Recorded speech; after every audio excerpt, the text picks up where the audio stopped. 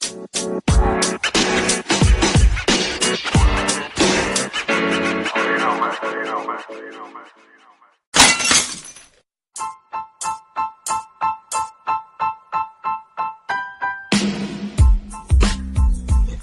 welcome to the Barbershop Breakdown. It's your man Roscoe Squeeze Off with Rich Blackman. We're going to jump right back into it. It's another series. It's pretty much an ongoing series with us right now with the R. Kelly whole situation. And in recent news, he's just did an interview with Robin. I believe it's Robin Quivers is her name. And his two girlfriends were on it as well. And we're just kind of doing a follow-up on it. So what you got, Rich? What you got on this? All right, so we had a conversation, you and I, a couple weeks ago about the whole R. Kelly thing when he first got arrested, and we were talking about him making bail. So you had argued the point that you didn't believe that he was broke, that he had money stashed away. I said, nah, I think the guy's pretty broke because of the fact he's past due on his bills and on his rent and things like that. So, of course, he got locked up. Made bail, $100,000. Someone had posted bail. A young lady, supposedly a friend of his that owned a hair salon, I believe it was, had made bail for him in the sum of $100,000. So, after that, I was like, well, I kind of see your theory a little bit, but we'll see because, hey, people have friends and, however they may have met or whatever. I don't know the relationship between the lady and R. Kelly. But I had brought to the point of he still had the outstanding child support that I knew he had to go to court for in a couple weeks. So fast forward to here Friday, I think it was Thursday or Friday, he had to go to court. And I remember saying to you, Roscoe, that if he makes bail, well, if he's able to get out of jail on that child support, that I think your theory will be correct. And I'm not gonna lie, I'll be damned if he did not. He went to court prepared with $50,000, prepared to pay $50,000. The judge said that he wanted the whole amount, which was $161,000 or $67,000 that he needed to pay his ex-wife. So of course they locked R. Kelly up, and he spent less than, I want to say, 48 hours in jail, and he was released this morning. So that puts it where in the last 2 weeks, R. Kelly has put up almost about $270,000. Well, someone has put up about $270,000 to keep R. Kelly out of jail. So I'm actually kind of leaning towards your theory, Roscoe.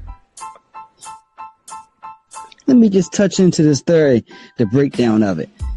My theory came from Michael Jackson. When Michael Jackson went through his trouble, he claimed he was broke and he was going to possibly lose Neverland and the whole 9 yards. Come to find out, this man owns 50% of Sony's publishing rights and he's rich as all get out. 50 Cent getting sued for some issues he had with a young lady. All of a sudden he went from being worth, 200 and something million or 150 million to he's only worth 15 million. He's broke. He's filing for bankruptcy. But meanwhile, he has like one of the hottest shows on all of television in Power. So once again, he has a possible civil suit on his hands, kind of like what Michael Jackson did, and he's claiming broke. So with this R. Kelly thing, when he went to jail the first time there for the 10 counts of the young girls, I'm thinking he's going to sit in jail a couple days, a day or two. In the eyes of public perception, he'll look like he's broke because he had to sit in jail. Oh, it's so tough. Now, mind you, when any of these celebrities go to jail, they're not with general population. They're by themselves. The only problem is they have to use probably a steel toilet like everyone else in jail, but they're by themselves for, nobody wants to have the celebrity get hurt in their particular jail. So he sits there for a day or two, has a girlfriend that he probably gave money to or someone to hold money for him to bail him out. Same thing with this child support. Acts like he's coming down there with all he could do is scrape a 50 grand. They lock him up. He waits a day or two. Someone probably puts up the money for him, and it's like, oh man. Luckily, he has these good friends who are helping him out, because the law of public perception is this guy is struggling. But we've seen this before, is all I'm saying. I'm not saying it's not possible that he's broke, but we've seen this before. And he may be an illiterate man, as they say, but he's smart enough to have been out of jail all these years from after all these allegations. He obviously has a very good attorney team that is advising him on how to do this. So they're going to advise him in the eyes of public perception. Just like they also had him do this interview with Robin from Good Morning America, and had his girlfriends. And what I want to mention about his girlfriends is I thought his girlfriends looked extremely wonderful on the show. They discredited the parents. They discredited the notion that they were held against their will. And I love how they checked Robin. Robin asked the young lady about her sexual experiences with R. Kelly, and she shut it down. Robin, you won't talk about your sexual experiences, what's going on in your bedroom. And she's like, well, no, it's different. She said, end of story, or next question. I think that's what she said. She said, next question. Shut it down completely. So they seemed in full control. They did not seem delusional to me, as Good Morning America tried to make it sound. I think it discredited a lot of what was seen. And that's the whole goal of what you're trying to do. You're trying to make it look broke you're trying to make yourself look broke for civil court, and you're trying to make a point of reasonable doubt that you may not have done the things that have happened, that anything that you've done has not been against your will, and that the women had been of legal age. You know what? I'm going to go with that, because I'm sitting here thinking about what you were saying just now. I mean, it is kind of genius. It is kind of genius. Now, my thing is this. Who's going to check them? No one. That's the whole plan. Michael Averati is the attorney for the lady. He's like the male version of Gloria Allred.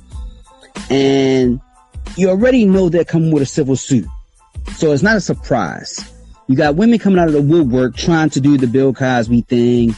And the judge, whatever the guy's name was, that went in there and, just jumping on the bandwagon as usual. That's what the whole Me Too movement. So, you know it's coming. It's not a surprise. If I'm a lawyer, I'm advising him to start making your strategic chess moves now. Don't wait until afterwards. Start that ahead of time. All right, stop paying child support. You got to look broke, because you're going to get a civil suit. We got to make you look as broke as possible. When you go to jail, hey, you got to be prepared to do a day. You're going to be by yourself. You got to do a day or two. We're going to make like you're scraping up the money, like friends are helping you out. Then you're going to rehearse. Them girls probably been rehearsing for the last month. That interview wasn't by surprise. That wasn't by, oh, I'm just fed up and need to talk. He hasn't done these type of interviews. Usually he always walked out. That was all rehearsed. Kelly's emotional reaction, and I'm just so hurt. I'm so hurt. The whole reaction. And then his girls coming out. We love R. Kelly. We're a family. Don't ask me about our sexual life. This is our personal, I think it was well put together. And maybe I'm just a conspiracy theorist, but I think this was planned out. I don't think this is all of this natural occurrence. It says here that R. Kelly's net worth as of right now is estimated to be roughly $1 million as of 2018.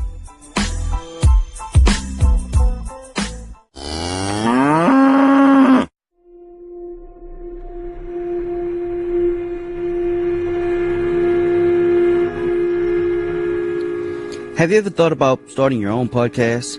When we were trying to get this podcast off the ground, we had a lot of questions. How do we record an episode? How do we get our show on all the apps that people will listen to? How do we make money off of our podcast?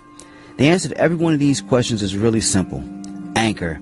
Anchor is a one-stop shop for recording, hosting, and distributing our podcast. Best of all, it's 100% free and ridiculously easy to use.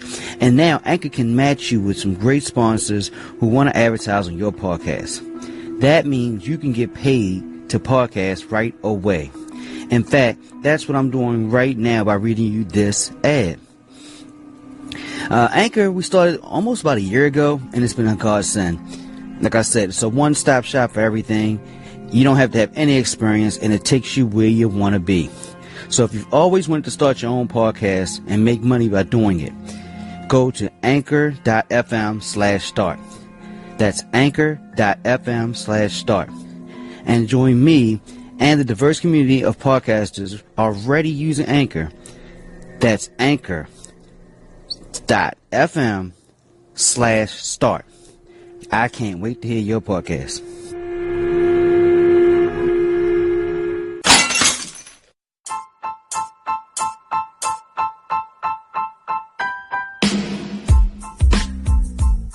Right.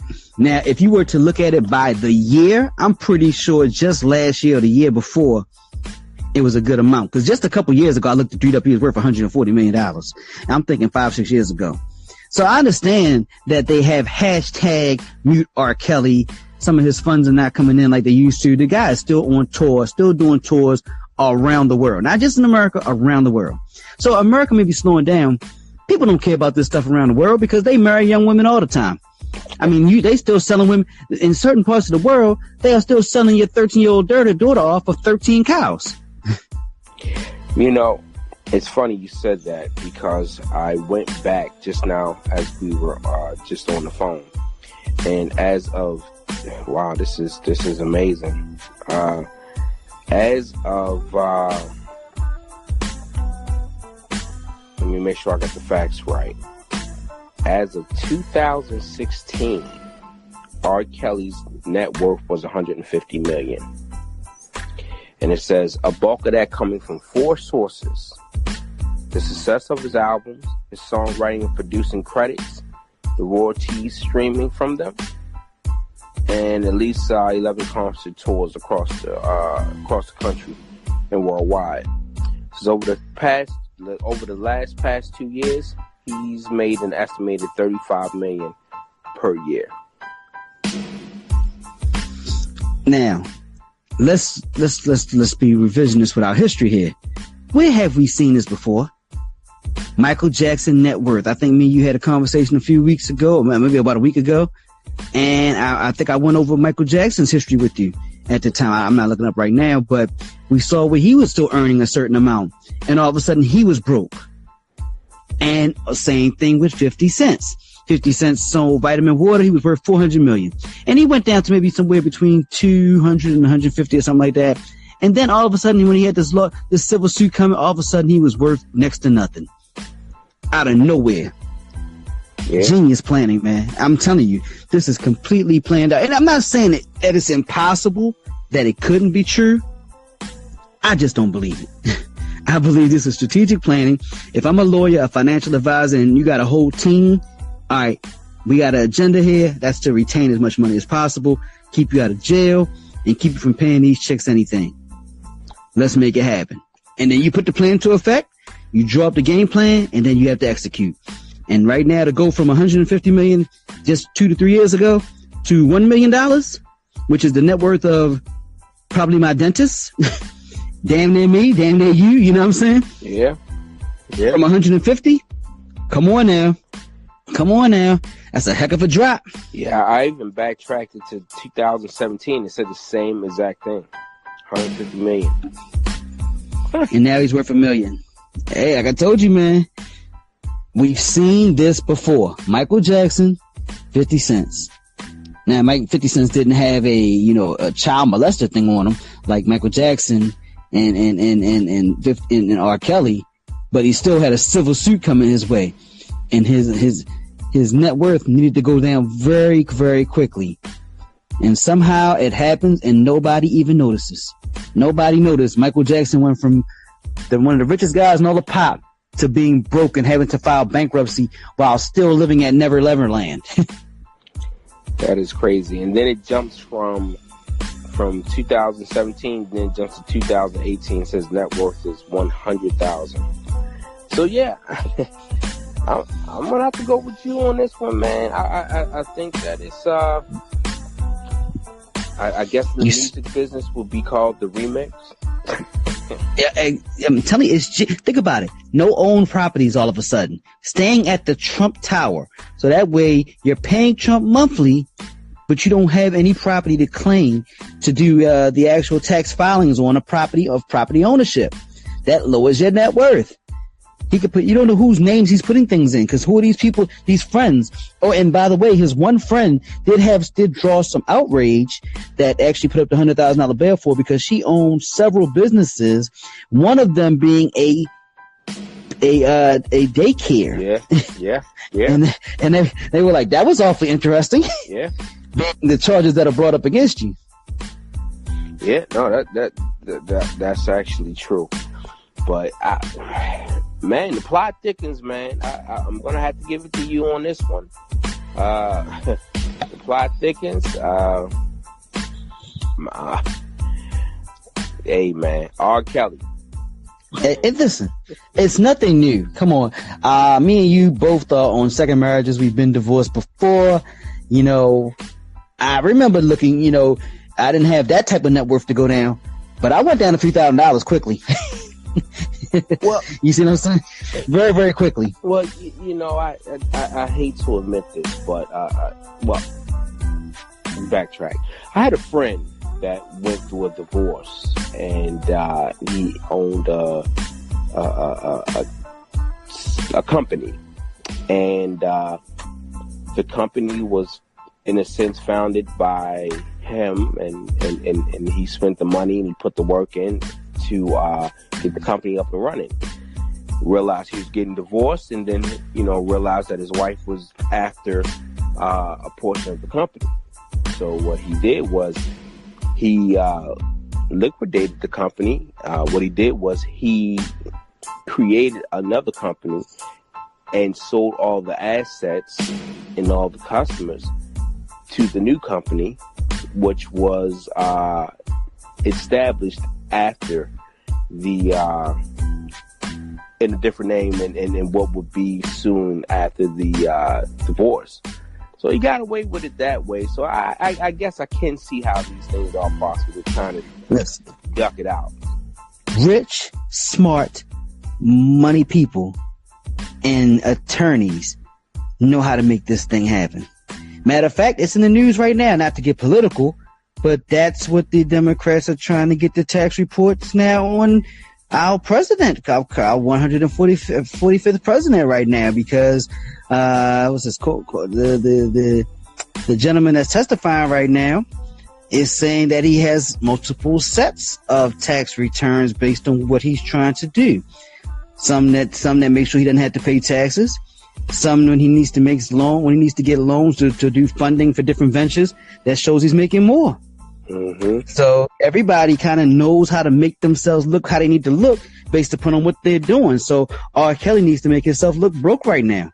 That is the agenda, and it looks like he's succeeding. And then what he's also doing, which is genius, is winning that battle in the court of public opinion, because if you're not paying attention, it looks like he's broke to the average person. Like if he had some money, he would not be sitting in jail for these couple of days here, when that may be just a strategic plan to win that court of public opinion, and also to win the jurors over. So when he goes to the jury, like if this man had money, why would he sit in jail among common people?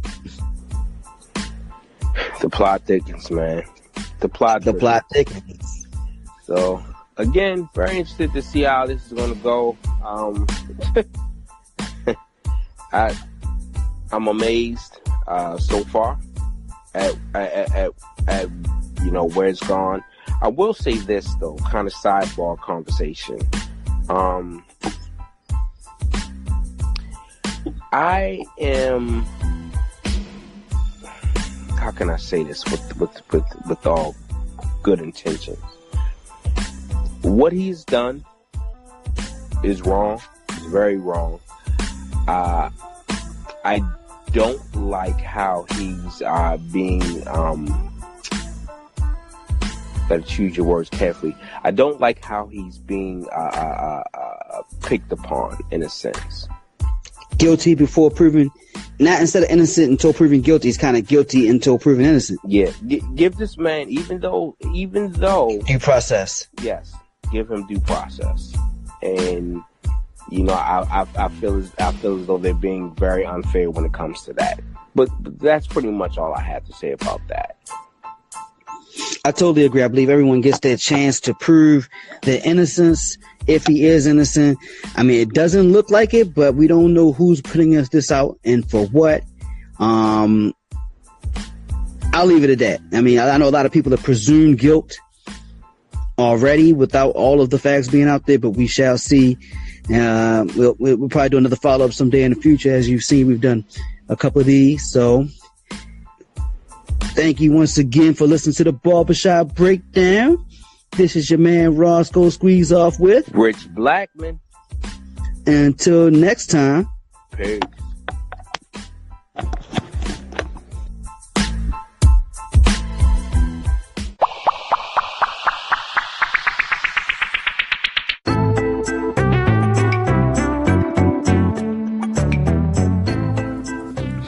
As they say, the barbershop is the cornerstone of the community. We discuss everything under the sun while bringing you that barbershop-style convo in a podcast. It's hosted by myself, Roscoe Squeezeoff, and my co-host, Rich Blackman. Please check us out on our Facebook page at the Barbershop Breakdown Show on Facebook. You can also join our private group from that very page. If you want to text us any of your comments or ideas, you can text us at 754-CALL-BBS. which is also 754-225-5227. We look forward to all your comments, all your ideas. If you have any topics or ideas you'd like to even be on our show, text us, communicate with us on Facebook. We can make it happen.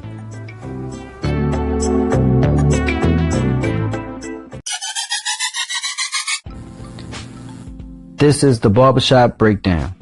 You can go to our Facebook page, The Barbershop Breakdown Show. You can also friend us on Facebook by searching for Barbershop Breakdown. You can also go to us on Twitter at Barbershop B Down. And then you can email us barbershopbreakdown@gmail.com.